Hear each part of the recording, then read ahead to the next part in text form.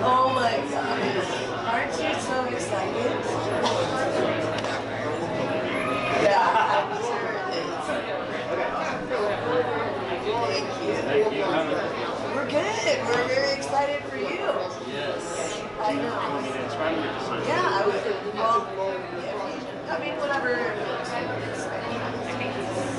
Yeah, it doesn't matter.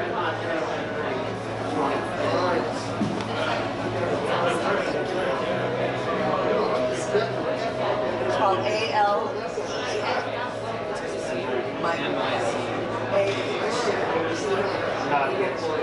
Vaughn, V-A-N. And then Anais, A-N-A-I-S. Yep. Awesome. Thank you. Thank you, man. Have a good evening. Congratulations. Good to see you. Okay, yeah? Okay, thanks. You got a clean bill of health? Yeah. Good. They gave me they said after 10 days I'm fine. Okay, 10 days. okay. This is the last one, and then we're gonna, after Madeline, we're gonna do a speech, and then I'll get you, okay? I'll come back. Do you have to leave? No. Okay. No, we were gonna get. I don't know. I'm with Jen. My speech is 10 minutes. All right.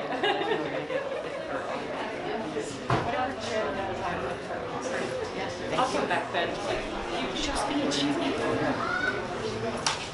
Hi. Here we are. He's gonna take this over. I got it. Check. All right, there we go. Right on. Check.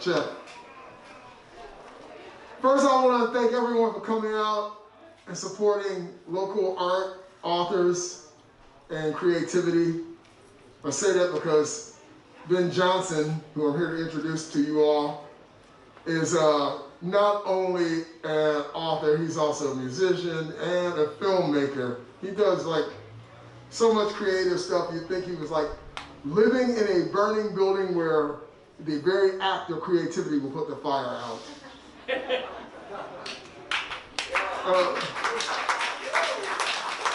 As a person who is a fan, it has its pluses and it has its minuses. The pluses, of course, is the material, all of the great work and all the stuff that comes with it. The minuses is waiting 5 years for the book line. Because I had to go to my Instagram, where my memory is, to find out when I first had Ben's book on a table at Comic-Con, which was 2015. I know. So, yeah, it's been and in between a movie. A lot of stuff. I'm not going to hold it up any longer. You all are not here to hear me. You're here to listen to this man, the master of creativity, Ben Johnson.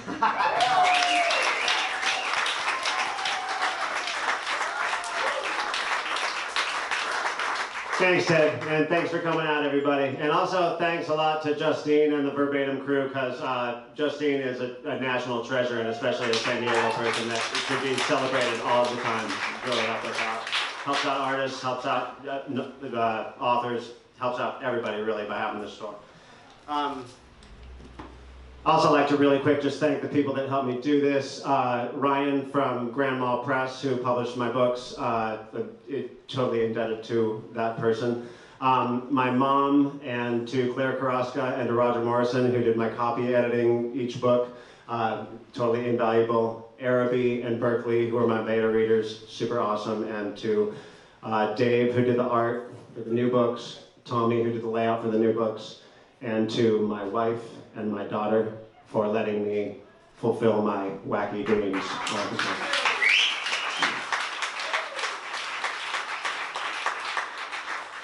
So these books are a modern, magical thriller epic that follows a boy named Buddy through a strange world of knives that steal your spirit, and ageless shapeshifters, and sound-bending architecture, and machines that transform and transport you, and monsters and spells, and above all, the web, which is my take on the shamanic principle of the web that unites all things.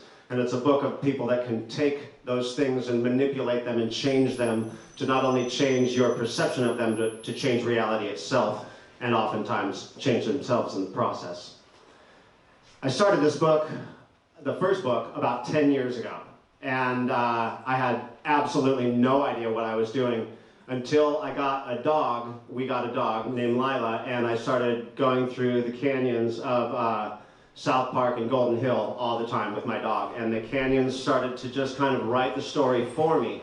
For instance, there's a group of warehouses down at the 94 and 15 freeway confluence, and they just on a dead end street, and then there's these two long canyons stretching off from them, and just the weirdest place, and so creepy and weird. And then there's a ridge that goes between these two canyons, and there's a park on the ridge where it's like with a little teeny play structure, and it's like whoever would even go to this park, and it's the weirdest thing. So that became a part of the story, and the first excerpt is I'm going to read from the first book about that park. These are real short and sweet excerpts, by the way. Don't get comfortable. For several long minutes she waited, watching the person. She lost sight of him briefly before a faint glow illuminated a face she did not recognize. A white male around 40. She could see that even from inside the bush. He had a nose that hooked down like a beak, proud on a chiseled face, and frigid blue eyes. The light went out as quickly as it came on. What kind of idiot smokes when they're ambushing someone, she thought. Gray wasn't set to arrive for another half hour. She had to get an advantage on the smoker. Silently, she began the long creep around the park, through the bushes. The freeways would drown out the sound of the broken twigs along the path, or so she hoped. The guy looked creepy. She covered 5 yards at a time, then waited, making sure she wasn't seen. She pulled out her pistol, took the safety off. She hadn't used her gun in going on 3 years other than target practice, but she would if needed.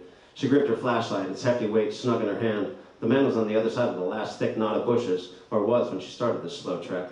She rounded the final bush quickly and switched on the light, pistol aimed. The man was exactly where he had been, except he was facing Clementine, expecting her. Fuck. Of course the lighter was bait. His fingers were splayed, palms out. A ring of smoke spilled from his lips and spun upon itself, trapped in midair, transfixing Clementine. From his throat came a low hum, growling. Clementine's muscles froze. Her voice rasped in her throat quietly as she tried to speak. Her eyes grew wide, locked with his, as strange threads of light spilled from the man's palms, like illuminated ribbons that moved with a living energy. The curious light webs shot toward her. She couldn't will her muscles to pull the trigger or to break from the man's gaze, and the threads came in contact with her skin. Clementine screamed as they burned her with white, hot tips and burrowed beneath her skin. 2, 7, then countless threads pierced her with their blazing needles. The world spun out of control. Her vision blurred and a light grew, shining from everywhere. It cast a misty glow, and a voice in her head screamed of impending danger. She concentrated on simply moving her knees, feeling her control return as the hook-nosed man's attention was diverted to the source of the light. She lurched her body backward and snapped free as the glow focused itself into the headlights of a small car barreling toward her and the man. So that's that one. So I finished the first book, and I submitted it to Grand Mall Press, and to my amazement, Ryan liked it and said he would put it out. But that I had to do a lot of work. It was about 160,000 words, and I had to get it down to about 110,000 words. So I just had to excise 50,000 words, which for some is a small novella. That's quite a bit of length. So I did that, and A Shadow Cast in Dust came out in May of 2014, 1 month before my daughter was born.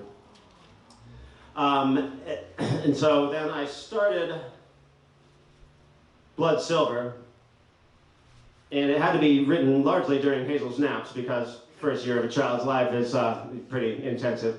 So, then Blood Silver came out a year later, so I was moving at a pretty good clip considering, you know, the whole newborn child thing. So Blood Silver kind of expands the world a little bit from just concentrating on Buddy and him escaping, and it gets into the tools and instruments that use to tweak the webs and to control the people who have the silver in their blood that gives the second novel its name. And the second excerpt I'm going to read is about those instruments.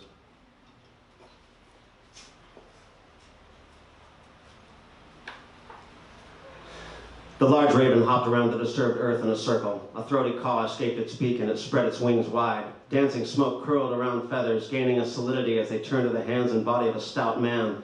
When the smoke had cleared, he sat on his haunches, thick hands spread over the mound, fingers splayed and palms downward. Raggedy trails of his poncho and other scraps of clothing hung from his wide body. Again, his tongue made a clocking sound as he reached his hand under the poncho, bringing forth a conical blade made of silver and oak. The snare, made across the sea from the east 1,000 years ago. A deep chuckle came from inside as he held the blade up to the last rays of sunlight that filtered through the oaken boughs above him.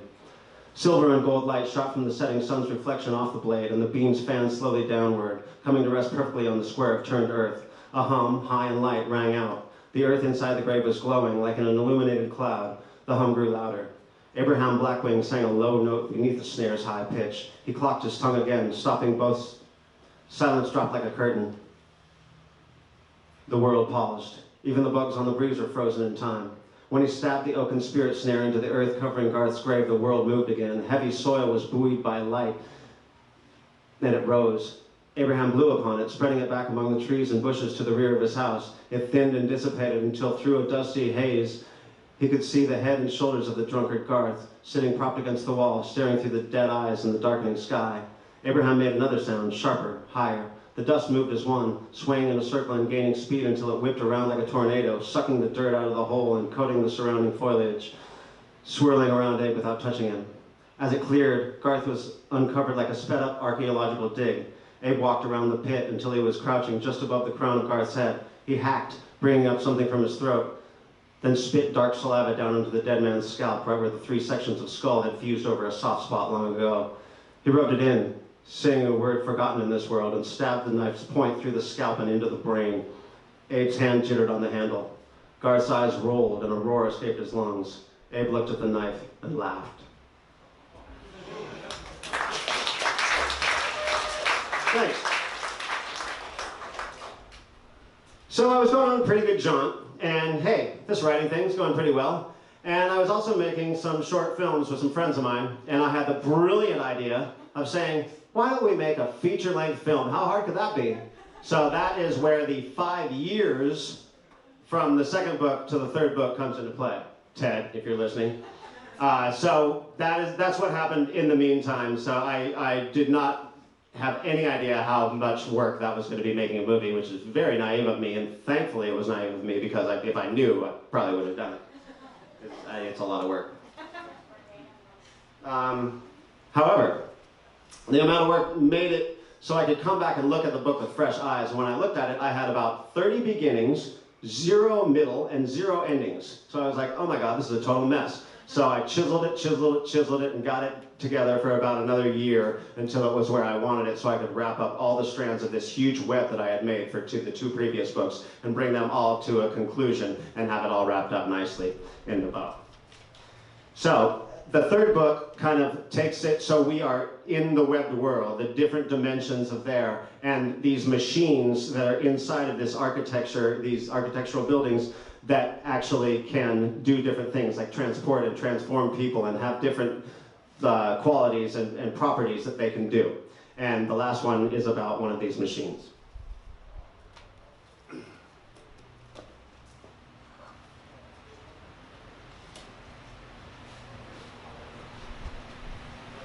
Wrong book. Don't read that one again.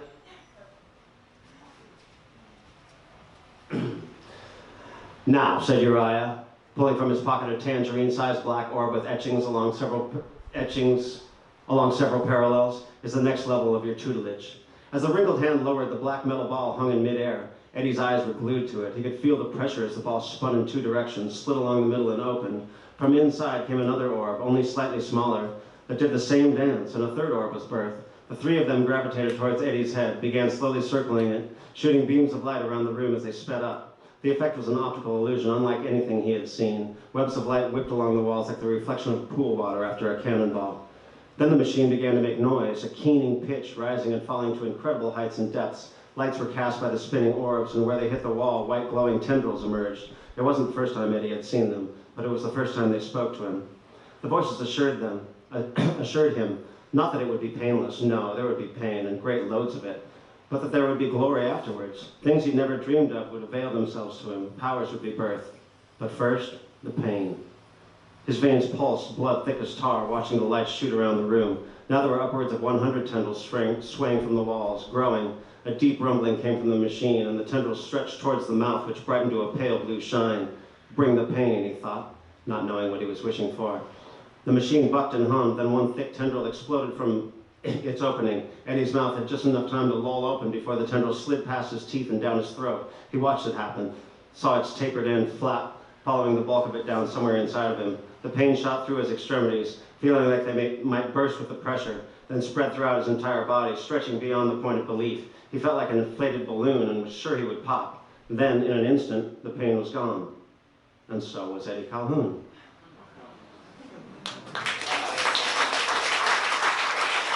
So that is the Web World Trilogy in a nutshell, and if anyone has any questions, I would love to field them about anything in life. They could be Hazel's soccer team, or Fanboy, or the books, or if you don't have questions, thank you very much for coming. And thanks a lot, Verbatim, and thanks to all of you. It's really, really special to have everybody here. And I'm still selling books till anybody that needs them has them, and thanks again. Super great.